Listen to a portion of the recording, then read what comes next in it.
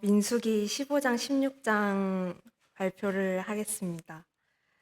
민수기 몇 달 전에 발표 뽑을 때 이 시기가 제가 그때 예상 발령 날짜랑 겹쳐가지고 근데 주변에서 막 이제 발령 나더라도 민수기를 하러 다시 와야 한다고 막 이랬었는데 아직 어디 안 가고 발표까지 하게 되었습니다. 민수기 15장에서는 하나님께서 이스라엘 자손에게 너희는 내가 주어 살게 할 땅에 들어가서 라는 말씀으로 시작합니다. 그런데 이 15장 이전에는 엄청난 일이 있었죠. 민수기 14장에서 불순종, 불신앙의 결과로 백성들의 시체가 광야에서 엎드려지고 광야에서 소멸된다고 말씀하셨습니다. 14장, 15장 성경으로 볼 때는 단 몇 줄 차이긴 하지만 그 사이에는 이렇게 정말 끔찍한 38년이라는 거대한 빈 공간이 있었습니다. 이런 시간이 있은 후 이 백성들이 자신이 어떤 존재인지 깨닫고 믿음을 깨닫고 준비가 되었어야만 했습니다. 그리고 나서야 이제 백성들을 하나님께서 약속하신 땅에 올라갈 수 있었습니다. 이렇게 14장과 15장 두 말씀을 딱 놓고 보면은 차이를 더 확연히 느낄 수 있습니다. 14장 결단코 들어가지 못하리라 이렇게 보면 14장은 어둡고 소망이 없습니다. 하지만 15장에서는 너희는 내가 주어 살게 할 땅에 들어가서 이러한 구절을 볼 때 15장은 소망 가운데 확신이 보입니다. 14장에서는 불순종의 결과로 인간의 전적인 무가치성과 인간의 실패에 대해서 깨닫게 됩니다. 15장에서 아까 봤듯이 너희가 내가 주어 거하게 할 땅에 들어가서라는 말씀을 볼 때 하나님은 약속한 바를 이루시고 하나님의 신실하심을 깨닫고 정말로 구원은 하나님께 속했구나라는 교훈을 얻게 됩니다. 인간은 수없이 실패하고 모든 것을 상실합니다. 하지만 하나님은 실패하지 않으시고 모든 것을 회복시킵니다. 사람이 할 수 없다고 생각하는 것, 불가능하다고 생각하는 것을 하나님께서는 하나님의 방법으로 하시고 이루십니다. 이스라엘 백성들은 불순종으로 그 땅에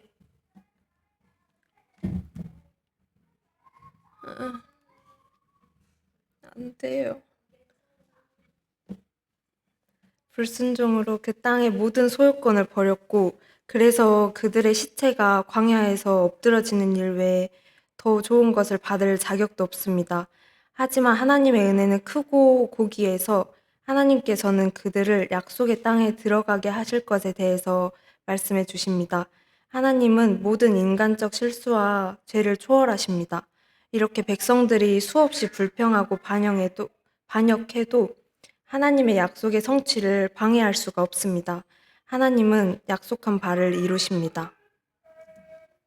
이제 하나님께서 약속하신 땅, 가나안 땅에 백성들이 들어가기 전에 이제 땅에서 지킬 것과 행사에 대해서 말씀하십니다. 재정비를 하시는 겁니다. 3절부터 13절까지는 화제, 번제, 선, 낙헌제, 소제, 전제 예식을 알려주십니다. 이 의의 제사들은 하나님의 주권적 은혜에 기초한 것이며 불신앙, 불평, 반항이 모두 끝나고 잊혀지는 이스라엘 장래 상태를 아름답게 예표한 것입니다. 이 15장 중에서도 중점적으로 볼 놀라울 말씀이 있습니다. 이 14절 말씀에 너희 중에 거류하는 타국인이나 너희 중에 대대로 있는 자나 누구든지 여호와께 향기로운 화제를 드릴 때에는 너희가 하는 대로 그도 그리할 것이라. 너희가 하는 대로 타국인도 그러하니라. 하나님의 주권적인 은혜가 하나님께서 택하신 백성뿐만 아니라 타국인에게도 똑같이 하나님께서 자비를 베푸십니다. 이러한 타국인들은 하나님의 은혜로 구원의 샘물을 마시게 되고 기쁨으로 하나님을 찬송할 것입니다. 이 말씀이 길긴 한데 한번 같이 읽어볼까요? 그러면은 시작. 하나님의 은사와 부르심에는 후회하심이 없느니라. 너희가 전에는 하나님께 순종하지 아니하더니 이스라엘이 순종하지 아니하므로 이제 긍휼을 입었는지라. 이와 같이 이 사람들이 순종하지 아니하니 이는 너희에게 베푸시는 긍휼로 이제 그들도 긍휼을 얻게 하려 하심이라. 하나님이 모든 사람을 순종하지 아니하는 가운데 가두어 두심은 모든 사람에게 긍휼을 베풀려 하심이로다. 깊도다 하나님의 지혜와 지식의 풍성함이여 그의 판단은 헤아리지 못할 것이며 그의 길은 찾지 못할 것이로다. 이는 만물이 주에게서 나오고 주로 말미암고 주에게로 돌아감이라. 그에게 영광이 세세에 있을지어다. 아멘. 로마서 11장 29절 36절 말씀. 이렇게 백성들의 불순종을 볼 때 하나님의 부르심에 후회가 있진 않을까? 그리고 우리의 삶 속에서 죄를 볼 때 후회하시지 않을까 하고 생각하실 수 있습니다. 하지만 모든 것이 하나님의 뜻 안에 계획이고 하나님의 은사와 부르심에는 후회가 없으심을 이루신 일을 통해서 우리는 깨닫게 됩니다. 하나님께서는 이스라엘 백성의 긍휼을 베푸시고 또 하나님은 모든 사람에게 긍휼을 베푸십니다. 이 긍휼로 인해서 하나님을 기쁨으로 찬송하고 또 모든 영광이 하나님께로 돌아갈 것입니다. 이제 부지 중 범한 죄, 즉 모르고 범한 죄, 그리고 짐짓 범한 죄, 고의로 범한 죄에 대한 처리 방안을 말씀하여 주십니다. 이 두 죄는 정말 엄격하게 구별되어 나타나 있는데 여기서도 하나님의 은혜, 거룩성, 공의성을 깨달을 수 있습니다. 우선 부지 중 범한 죄인데 인식하지 못하고 모르고 지은 죄입니다. 모르고 지은 죄인데 좀 그냥 넘어가면 안 되나 하고 생각하실 수 있습니다. 하지만 하나님의 거룩성을 우리 지성으로 판단하면 안 됩니다. 하나님의 거룩성은 조금의 죄라도 넘어가실 수 없습니다. 하나님의 선하심과 자비 가운데서 그래도 충분한 대책을 마련해 주셨습니다. 부지 중에 범죄했을 때 화재, 전제, 소재, 속죄제를 드려 속죄하면 사해 주신다고 하셨습니다. 그런데 이렇게 모르고 범한 죄는 이런 대책이 마련됐는데 이제 짐짓 범한 죄입니다. 고의로 죄를 범한 것인데 여기에 대해서는 그의 죄악이 자기에게로 돌아가서 온전히 끊어지리라. 부지 중 범한 죄와는 다르게 조금도 경감 없는 하나님의 심판만이 남아있는 것을 알 수 있습니다. 여기 짐짓 범한 죄가 있는데요. 안식일에 어떤 사람이 나무화하는 것을 발견됐을 때 하나님께서는 그 사람을 반드시 온 회중이 돌을 쳐서 죽이라고 하셨습니다. 이거 보면은 안식일에 나무 좀 했다고 돌로 쳐서 죽여버리는 거는 너무한 거 아닌가 하고 생각할 수 있습니다. 하지만 이것은 하나님의 가장 명백하고 적극적인 명령을 거역한 것이기 때문입니다. 율법을 주신 자 하나님께 마음이 완전히 떠나 있음을 입증하는 죄이기 때문에 엄하게 심판하십니다. 이 고의로 범한 죄 속에서 우리는 타락한 인간적인 자립과 불순종에 대해 생각해 볼 수 있고 그리고 그 반대인 완전한 인간성인 의존과 순종을 비교하여 볼 수 있습니다. 완전한 인간성인 의존과 순종은 예수님께 나타납니다. 예수님은 인간의 유일한 참된 상태인 의존과 순종을 굳게 지킴으로써 사탄을 정복하셨습니다. 하나님의 말씀만 의지해서 사셨고 절대적인 순종의 태도를 보이셨습니다. 이것이 우리가 정말 평생 따라가야 할 자세입니다. 그와 반대로 타락한 인간성인 자립과 불순종이 있습니다. 하나님을 의지하지 않고 자신을 의지해서 자립하고 불순종하는 인간성.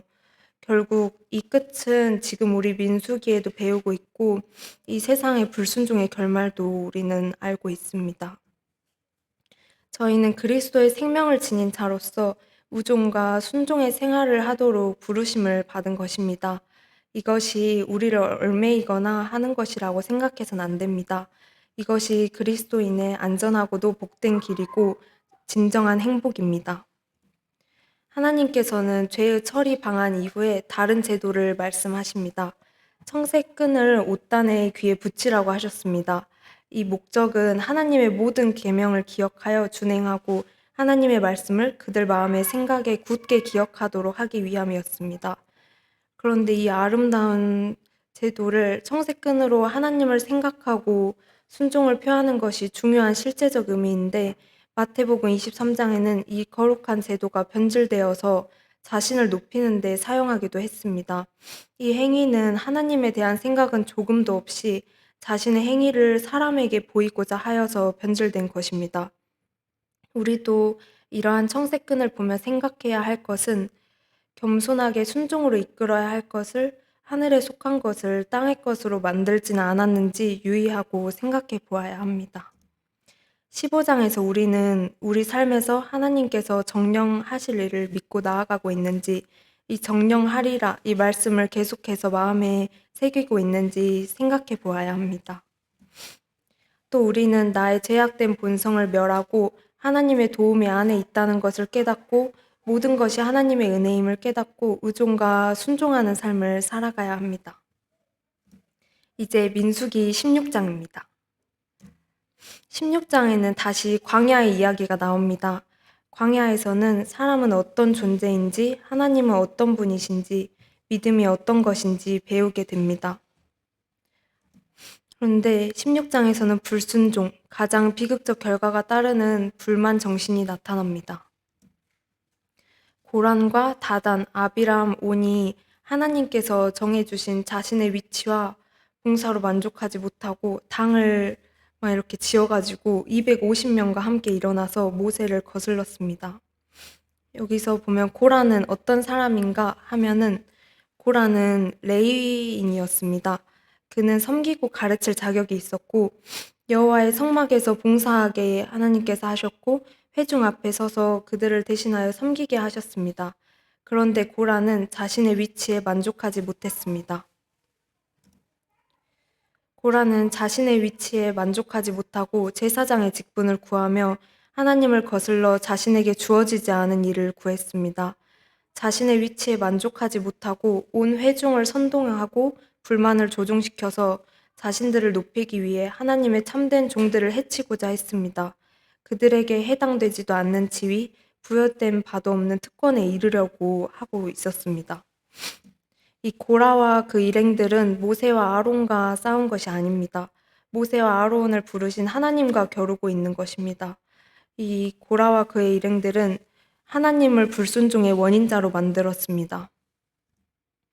그런데 나라면 이러한 불만족한 화가 잔뜩 나 있는 사람들이 나에게 대항할 때 어떻게 해결할 수 있을까요?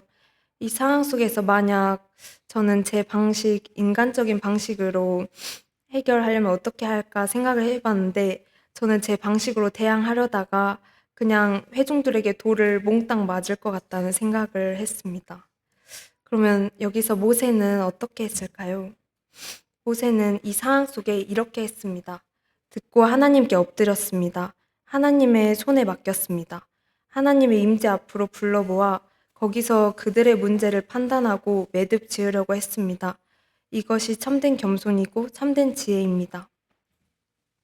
하나님을 대적하는 자들을 하나님께서 처리해 주시도록 맡기는 것, 완전히 엎드려서 그 손길에 맡기는 것이 완전한 방법이고 최선의 방법입니다. 가장 확실히 다루어 주십니다.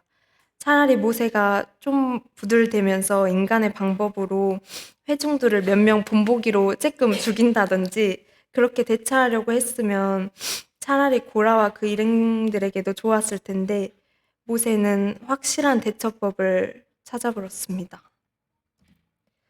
이렇게 하나님께 맡겼을 때 하나님의 인도하심과 보호가 시작됩니다.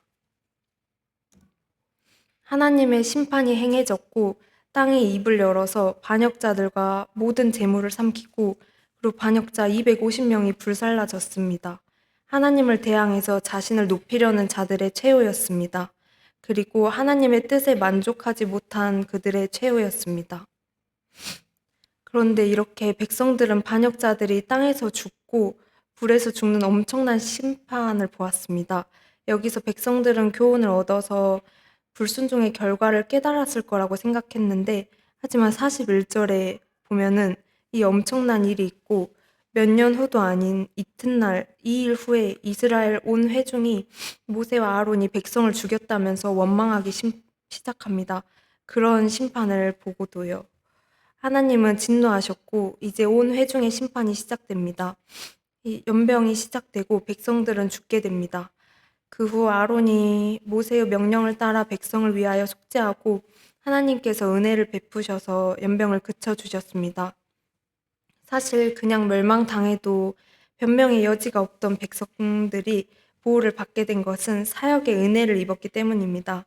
이 사역 속에서 하나님의 속성, 사랑, 긍휼이 나타났습니다. 그러기에 백성들은 하나님의 이름을 선포하고 영광 드릴 것입니다. 이 16장을 보며 우리가 가져야 할 올바른 태도를 깨닫게 되는데요. 같이 읽어볼까요? 시작. 오직 사랑 안에서 참된 것을 하여 범사에 그에게까지 자랄지라. 그는 머리니 곧 그리스도라. 그에게서 온몸이 각 마디를 통하여 도움을 받음으로 연결되고 결합되어 각 분량대로 역사하여 그 몸을 자라게 하며 사랑 안에서 스스로 세우느니라. 에베소서 4장 15절 16절 말씀. 몸이 자라고 사랑 안에서 세우는 것은 모든 지체가 분량대로 본연의 위치에서 자리를 지켰을 때 이루어질 수 있습니다. 하나님께서 우리에게 행하라고 주신 일, 바로 그 일을 행하고 하나님께서 주신 위치를 정말 감사하고 만족하며 겸손한 자세를 가져야 우리는 사랑 안에서 살아갈 수 있습니다. 15장, 16장을 마치며 이스라엘의 불순종에도 불구하고 하나님께선 하나님의 때를 준비하셔서 가나안 땅을 소유하게 하신 약속한 바를 이루신다는 것을 마음속에 깊이 새겼습니다. 16장에서 하나님의 인도와 보호하심을 보며 정말 그 인도와 보호를 믿고 나아가자는 다짐을 하게 됩니다. 감사합니다.